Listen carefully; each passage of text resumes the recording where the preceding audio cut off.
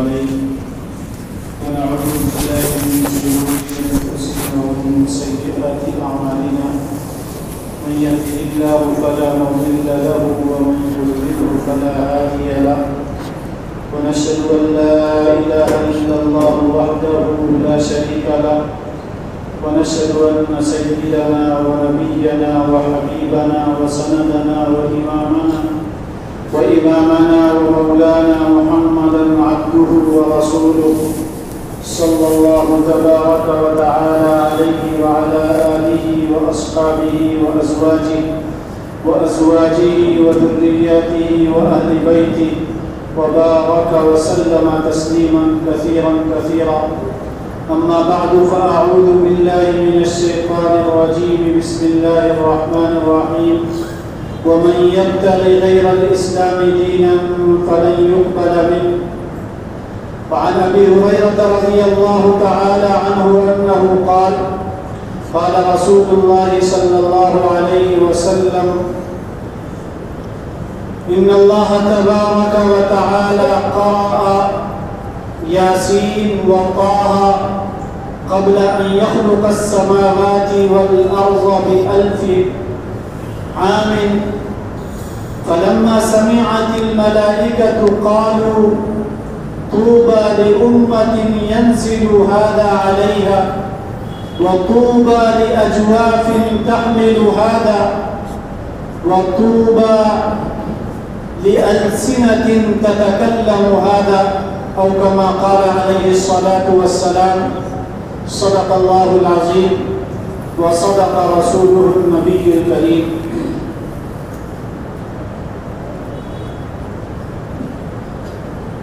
محترم بزرگوں، بھائیوں اور نوجوان ساتھیوں،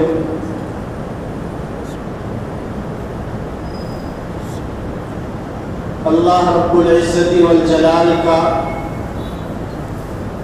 بے انتہا احسان اور کرم ہے کہ اس نے ہمیں اور آپ کو ایک ایسا دین عطا فرمایا ہے جو دین ابدی اور دائمی،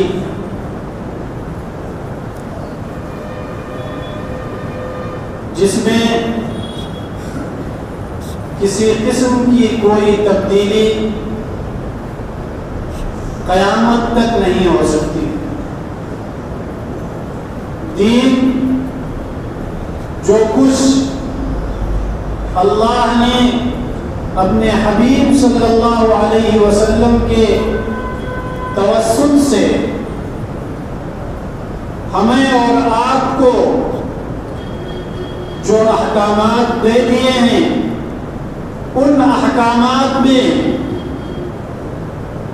اب کوئی کمی اور بیشی نہیں ہو سکتی. کسی حلال کو حرام نہیں کیا جا سکتا ہے، کسی حرام کو حلال نہیں کیا جا سکتا. اور ہماری کیا حیثیت کہ ہم دین میں کمی اور بیشی کر سکیں؟ کوئی بڑے سے بڑا ولی، نبی، حتیٰ کہ ہم سب کے آقا و مولا حضرت محمد مصطفیٰ صلی اللہ علیہ وسلم اللہ کی اجازت کے بغیر، اللہ کے حکم کے بغیر آپ کو بھی اس بات کی اجازت نہیں دی کہ آپ اپنی طرف سے دین کے کسی حکم میں کوئی تبدیلی، کسی حلال کو حرام کر دیں، کسی حرام کو حلال کر دیں. پیارے آقا صلی اللہ علیہ وسلم کو بھی اس بات کی اجازت نہیں. چنانچہ ایک مرتبہ واقعہ پیش آیا، امت کو متنبہ کرنے کے لیے، ہمیں اور آپ کو آگاہ کرنے کے لیے اللہ تبارک و تعالی نے ایک مرتبہ ایسی صورتحال اللہ نے پیدا فرمائی کہ پیارے آقا صلی اللہ علیہ وسلم نے ایک حلال چیز کو اپنے اوپر حرام کر لیا، اپنے اوپر حرام کر لیا۔ قرآن کریم کی آیت نازل ہو گئی، پیارے آقا صلی اللہ علیہ وسلم کو تنبیہ فرمائی، اللہ نے محبوبانہ تنبیہ فرمائی، یا ایھا النبی لم تحرم ما احل اللہ لک تبتغی مرضات ازواجک۔ اے میرے محبوب، اے نبی، آپ ایسی چیز کو جو آپ کے اوپر حلال کی گئی ہے، آپ کے لیے حلال کی گئی ہے، آپ اس کو اپنے اوپر حرام کیسے کر سکتے ہیں؟ تبتغی مرضات ازواجک، کیا آپ اپنی بیویوں کی، اپنے ازواج کی خوشنودی چاہتے ہیں؟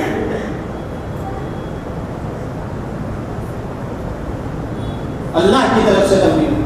کہنے کا مطلب یہ ہے کہ کوئی بھی ہمارا شماگی کی حیثیت، کوئی بھی دین میں کوئی کمی اور بیشی نہیں کر سکتا۔ دین جتنا پیارے آقا صلی اللہ علیہ وسلم کے توسط سے ہمیں اور آپ کو ملا ہے، اس میں نہ کمی کی جا سکتی ہے نہ بیشی، زیادتی کی جا سکتی۔ اگر کوئی اپنی طرف سے کمی بیشی کرے گا تو وہ اس کے منہ پر مار دیا جائے، دین سے اس کا کوئی تعلق نہیں ہوگا۔ بہت سے لوگوں کو شوق ہوتا ہے نئی نئی باتیں جو ہیں، نئی نئی چیزیں جو ہیں دین میں شامل کرتے تھے، شوق ہے۔ بظاہر ان چیزوں میں کوئی خرابی بھی محسوس نہیں ہوتی ہے، لیکن ان کا دین سے تعلق نہیں ہو سکتا۔ جیسے سچ جو ہے، اس کے اندر سچ کی تعریف یہ ہے کہ اگر اس میں ذرہ برابر بھی کوئی بات اپنی طرف سے ملائی دی جائے تو پھر سچ سچ نہیں رہ جائے گا، وہ جھوٹ ہو جائے گا، سچ رہے گا ہی نہیں، جھوٹ بن جائے گا۔ بالکل یہی حال دین کا، اپنی طرف سے اگر کچھ ہم ملا دیں گے، اپنے شوق کی وجہ سے کچھ اس میں اضافہ کر دیں گے تو پھر وہ دین دین میں رہ جائے گا، بازیچے افسان بن کر رہ جائے۔ مثال کے طور پر کسی کو شوق ہو، بہت نمازیں پڑھنے کا شوق ہو، بہت نمازیں پڑھنے کا شوق، اب اگر وہ اپنے اس شوق کی وجہ سے یہ کہے کہ میں فجر کی 2 رکعت کی جگہ 6 رکعت پڑھوں گا کیونکہ مجھے نماز پڑھنے کا شوق ہے، مجھے نماز پڑھنے کا شوق ہے، میں 2 رکعت میں میری طبیعت جو ہے وہ بھرتی نہیں ہے، شوق اور زیادہ نماز پڑھنے کا ہوتا ہے، تو وہ کہے کہ میں 2 کے بجائے 6 رکعت پڑھوں گا، آپ بتائیں اس کی نماز ہوگی؟ اس کی فجر کی نماز ہوگی؟ نہیں ہوگی، کیونکہ اس نے اپنی طرف سے ملایا۔ دین صرف اور صرف پیارے آقا صلی اللہ علیہ وسلم کی اتباع اور پیروی کا نام، اپنی طرف سے اضافہ جو کرے گا اس کے منہ پر مار دیا جائے گا، دین میں اس کا شمار نہیں ہوگا۔ دین کی صحیح سمجھ، دین کی صحیح فہم اس وقت تک ہمیں اور آپ کو حاصل ہوتی رہے گی جب تک کہ ایسے افراد اس امت میں موجود رہیں گے جو علوم نبوت کے حاملین ہیں، جو علوم نبوت کے ماہرین ہیں، قرآن و حدیث پر جنہیں دسترس ہے اور قرآن و حدیث کو سمجھ کر اور پڑھ کر خود انہیں شرح صدر حاصل ہوتا ہے اور امت کو بھی وہ اسی کے مطابق اس کی رہنمائی کرتے ہیں۔ جب تک ایسے افراد ہمارے اور آپ کے درمیان موجود رہیں گے، دین محفوظ رہے گا، دین محفوظ رہے گا۔ جب تک ایسے علماء موجود رہیں گے، ایسے محدثین اور مفسرین موجود رہیں گے، ایسے ائمہ اور خطبہ موجود رہیں گے، ایسے حفاظ موجود رہیں گے جو حاملین قرآن ہیں، حاملین حدیث و سنت ہیں، ساتھ موجود رہیں گے، دین محفوظ رہے گا، اس میں کمی اور بیشی نہیں کی جا سکے۔ اس لیے دنیا کی کسی اور چیز سے تو ہم مستغنی ہو سکتے ہیں، ہر چیز سے مستغنی ہو سکتے ہیں، ہر چیز سے مستغنی ہو سکتا ہے بندہ، لیکن علماء سے مستغنی نہیں ہو سکتا۔ علماء سے مستغنی نہیں ہو سکتا، اور جب علماء سے ہمارا ناطہ اور رشتہ اور ہمارا تعلق کمزور پڑے گا، دین کمزور ہوتا رہ جائے گا۔ اللہ تبارک و تعالی نے صاف صاف اعلان فرما دیا، وَمَن يَبْتَغِ غَيْرَ الْإِسْلَامِ دِينًا فَلَن يُقْبَلَ مِنْهُ وَهُوَ فِي الْآخِرَةِ مِنَ الْخَاسِرِينَ۔ اسلام کے علاوہ کوئی اور کسی اور دین کو، کسی اور دھرم کو، کسی اور مذہب کو اپنائے گا یا کسی اور مذہب کے تلاش اور جستجو میں لگے گا، اس کی طرف سے وہ قبول نہیں کیا جائے گا، اللہ کے یہاں ہرگز قبول نہیں کیا جائے گا، اور آخرت میں ایسے لوگ صرف اور صرف خسارے اور ٹوٹے اور نقصان میں ہوں گے۔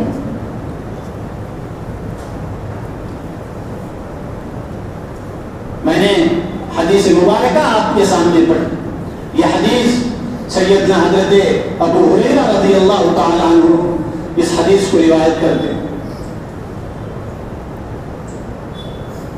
سنن دارمی کی روایت، حضرت ابو ہریرہ رضی اللہ تعالی عنہ وہ جلیل القدر صحابی ہیں جو پیارے آقا صلی اللہ علیہ وسلم کے ساتھ صرف 3 سال رہے، صرف 3 سال غزوہ خیبر میں اسلام لائے ہیں حضرت ابو ہریرہ رضی اللہ عنہ، صرف 3 سال پیارے آقا کی معیت اور صحبت ملی ہے انہیں۔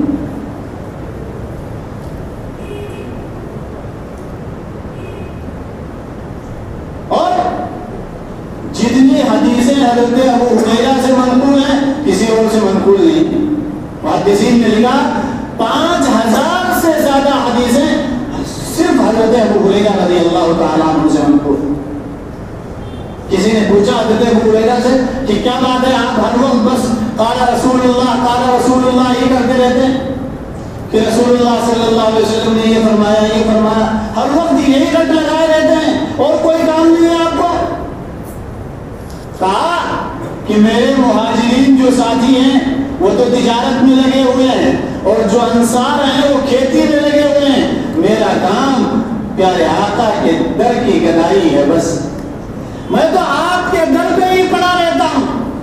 پڑھنا پڑھانا، آپ سے حدیثوں کو سیکھنا اور یاد کرنا، یہی میرا سب سے محبوب مشغلہ ہے، میرا اور کوئی کام نہیں۔ اس لیے سب سے زیادہ جو ہے حدیثیں حضرت ابو ہریرہ سے منقول ہیں۔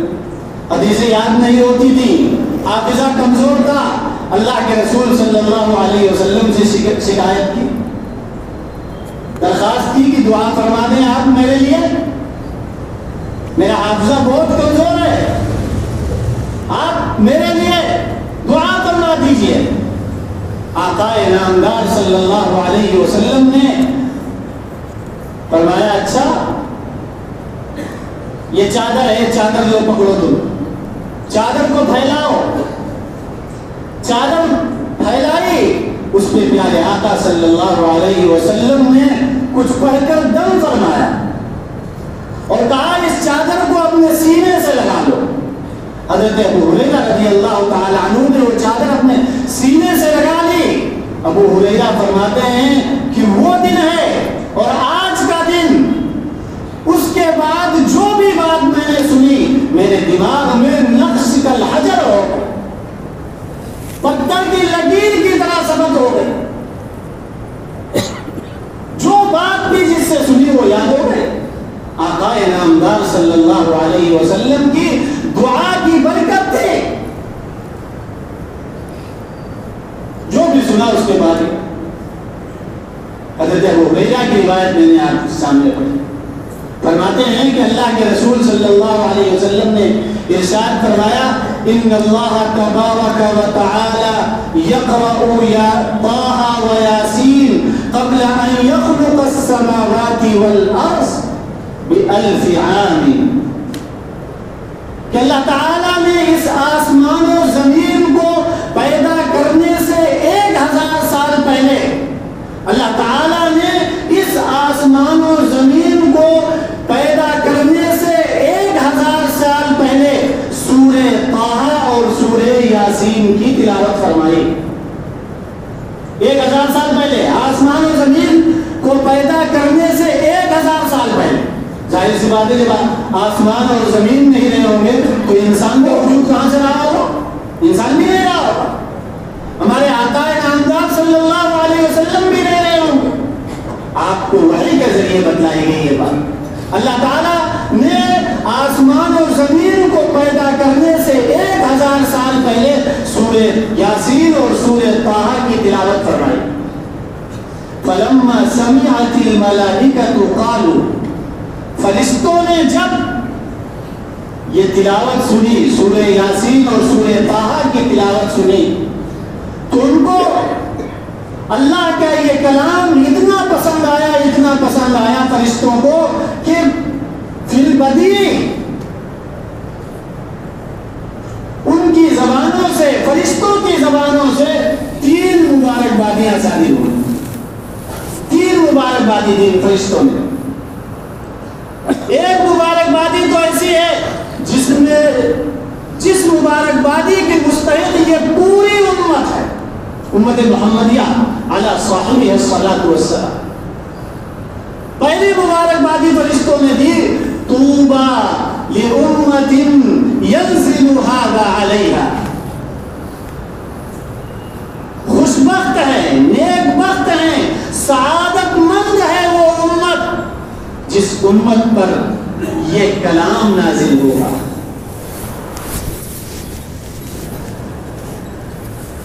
ہم چاہے قرآن کے پڑھنے اور پڑھانے کے مسئلے سے دور ہی کیوں نہ رہیں، لیکن اس امت میں شامل ہونے کی وجہ سے ہم بھی اس مبارکبادی کے مستحق۔ فرشتے امت محمدیہ کو بالعموم مبارکباد دے، ساری امت کے لیے یہ مبارکباد۔ فرمایا کہ اس امت کے لیے خوشخبری ہے جو جس کے اوپر یہ کتاب، یہ سورتیں نازل ہوئی۔ آگے فرمایا وَطُوبَى لِأُمَّةٍ وَطُوبَى لِأَجْوَافٍ تَحْمِلُ هَذَا، اور سعادت مند ہیں، قابل مبارکباد ہیں وہ سینے جو اس کتاب کو، ان سورتوں کو اپنے اندر محفوظ کریں گے۔ امت کے حافظوں کو، حاملین قرآن کو بشارت اور خوشخبری فرشتوں کی زبانی دی جا رہی، فرشتے مبارکبادی پیش کر رہے۔ اور آگے فرمایا وَطُوبَى لِأَلْسِنَةٍ تَتَكَلَّمُ هَذَا، اور قابل مبارکباد ہیں وہ زبانیں جو ان سورتوں کو، ان آیتوں کو پڑھیں گی، ان کا تکلم کریں گے، اپنی زبان سے ان کو ادا کریں گے۔ یقیناً قرآن کریم کو پڑھنے اور پڑھانے والے، قرآن کریم کو سمجھنے اور سمجھانے والے اولین اس مبارکبادی کے مستحق، اور صرف پڑھنے اور پڑھانے والے ہی نہیں بلکہ پڑھنے اور پڑھانے کے لیے جو بھی ماحول سازگار کرنے میں جو بھی تعاون اور مدد کرتے ہیں، قرآن کریم کے حافظ کے لیے ہی خوشخبری نہیں، اس کے والدین کے لیے کتنی بڑی خوشخبری ہے۔ وقت ہے والدین کے لیے کتنی بڑی خوشخبری۔ ابو داؤد کی روایت ہے، اللہ کے رسول صلی اللہ علیہ وسلم نے فرمایا کہ کل قیامت کے دن حافظ کے والدین کو ایسا چمکتا ہوا تاج پہنایا جائے گا گویا کہ سورج جو ہے ایک کمرے میں آ گیا، سورج ایک کمرے میں آ جائے، بتائیں کتنا چمکدار ہوگا وہ کمرہ؟ کوئی دیکھ سکتا ہے؟ نگاہیں خیرہ ہو جائیں گی، کوئی نہیں دیکھ سکتا ہے۔ جتنا چمکدار وہ کمرہ ہوگا اس سے کہیں زیادہ چمکدار اللہ کے رسول نے فرمایا حافظ کے والدین کو تاج پہنایا ہے، حافظ کے والدین کو تاج پہنایا۔ ہمارے قریب کے زمانے کے دعوت و تبلیغ کے انتہائی اہم ترین بزرگ داعی کبیر حضرت مولانا محمد عمر صاحب پالنپوری رحمۃ اللہ علیہ کا نام سنا ہوگا آپ حضرات۔ والد گرامی کا بچپن میں ہی انتقال ہو گیا، والدہ نے پرورش کی۔ ان کے گاؤں میں کوئی مولوی صاحب پڑھانے آئے تھے یو پی بلند شہر سے، مکتب میں وہ اپنے گاؤں جو پڑھتے تھے، پالنپور کے علاقے میں ان کا جو گاؤں ہے،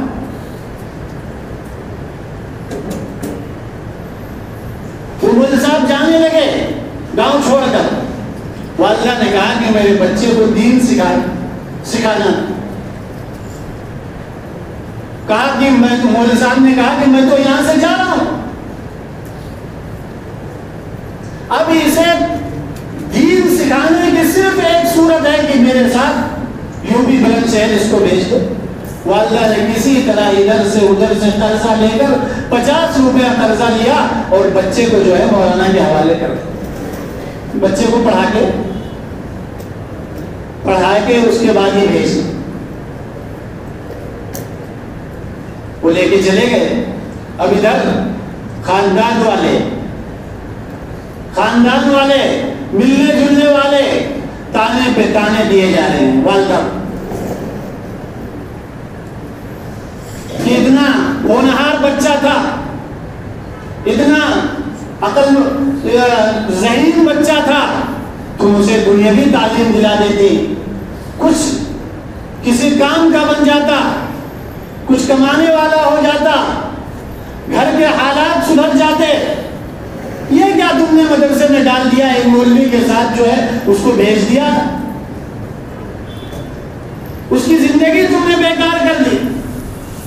مولانا فرماتے تھے کہ بار بار رشتے دار جو ہے آ کر یہ تانے دیتے تھے، کسی قسم کا تعاون کرنا تو بہت دور کے بعد آ کر یہ تانے دیا کرتے۔ فرماتے ہیں کہ ایک دن میری والدہ کو تیش آ گیا، تانے سن سن کر تیش آ گیا، اور غصے میں کہا کہ دیکھنا میرا بیٹا جو ہے عمر ایک دن ایسا آئے گا کہ اللہ اس دنیا کو اس کے قدموں میں ڈال دے، دنیا کو اس کے قدموں میں ڈال دے۔ مولانا فرماتے ہیں کہ میری والدہ کی دعاؤں کا اثر ہے یہ کہ آج میرے لیے دنیا جو ہے، اللہ نے دنیا کے سارے راستے کھول دیے۔ جنہوں نے دیکھا ہے، جو جانتے ہیں، وہ سمجھتے ہوں دنیا ان کے قدموں میں آ کر رہی۔ تو میرے بھائیوں، جو اللہ کے لیے، اللہ کے دین کے لیے جو اس طرح کی محنتیں کرتے ہیں، اللہ تبارک و تعالی ان کے لیے راستے کھول دیتا ہے۔ اس لیے ہمیں اور آپ اپنے دین کو محفوظ رکھنے کے لیے، اس کی اشاعت کے لیے، اس کی حفاظت کے لیے ہمیں اور آپ کو بھی اسی طرح آگے بڑھ کر دامے درمے قدمے سخنے جس طرح ہو سکے قرآن اور قرآنی علوم میں مشغول جو حضرات ہیں، جو ادارے ہیں، جو مدارس ہیں،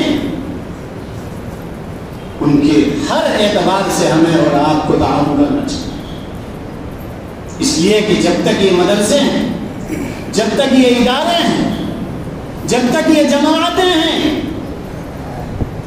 دین محفوظ ہے، دین میں کوئی کوئی کمی اور بیشی نہیں ہو سکتی انشاءاللہ۔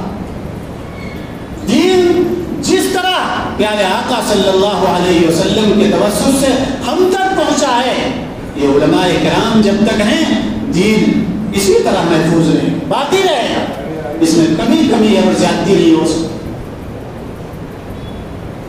میں بھی آپ حضرات کی خدمت میں حیدرآباد سے حاضر ہوا ہوں، ایک مدرسے میں پڑھاتا ہوں، مدرسہ سراج العلوم حشمت پیٹ سکندرآباد کے علاقے میں، وہاں سے آنا ہوا ہے، مالیہ کی فراہمی کے سلسلے میں ہی آنا ہوا۔ ہمارے مدرسے میں تقریباً کم و بیش 250 سے 300 تک کے طلبہ زیر تعلیم ہیں، جو شعبہ ناظرہ، شعبہ حفظ اور شعبہ عالمیت میں جو ہے پڑھتے ہیں، اور تقریباً 22 سے 25 افراد پر مشتمل حضرات اساتذہ کا عملہ ہے۔ اللہ کے فضل و کرم سے اور آپ جیسے مخیر حضرات کے تعاون سے ہی مدرسے کا پورا سالانہ خرچہ جو ہے الحمدللہ وہ ادا ہو جاتا ہے، اور تقریباً 90 سے 95 لاکھ کے درمیان کا خرچہ ہے جو آپ جیسے اہل خیر حضرات کے تعاون سے ہی پورا ہوتا ہے۔ اللہ تبارک و تعالیٰ نے اس امت کو یہ بھی شرف بخشا کہ اس امت کے عام لوگوں کے تعاون سے یہ مدرسے چل رہے ہیں۔ ہمارے حجت الاسلام حضرت مولانا محمد قاسم صاحب نانوتوی رحمۃ اللہ علیہ جو سرخیل اور بانی ہیں اس تحریک کے، ان کے رسول ہشتگانہ میں یہ بات بھی تھی کہ مدرسہ جو چلے گا وہ کسی ایک فرد کے یا ایک فیملی کے اوپر اس کا دار و مدار نہیں ہوگا، کسی حکومت کے اوپر اس کا دار و مدار نہیں ہوگا، حکومت کے خرچے سے نہیں چلے گا، بلکہ عام مسلمانوں کے تعاون اور چندے سے مدرسہ چلے گا تو کامیاب ہے۔ الحمدللہ ملک کے اکثر و بیشتر مدارس جو ہیں عام اہل خیر حضرات مسلمانوں کے تعاون سے چلتے ہیں۔ آپ حضرات سے بھی درخواست ہے کہ آپ حضرات ہمارے مدرسے کا بھی جتنا آپ سے ہو سکے تعاون کریں۔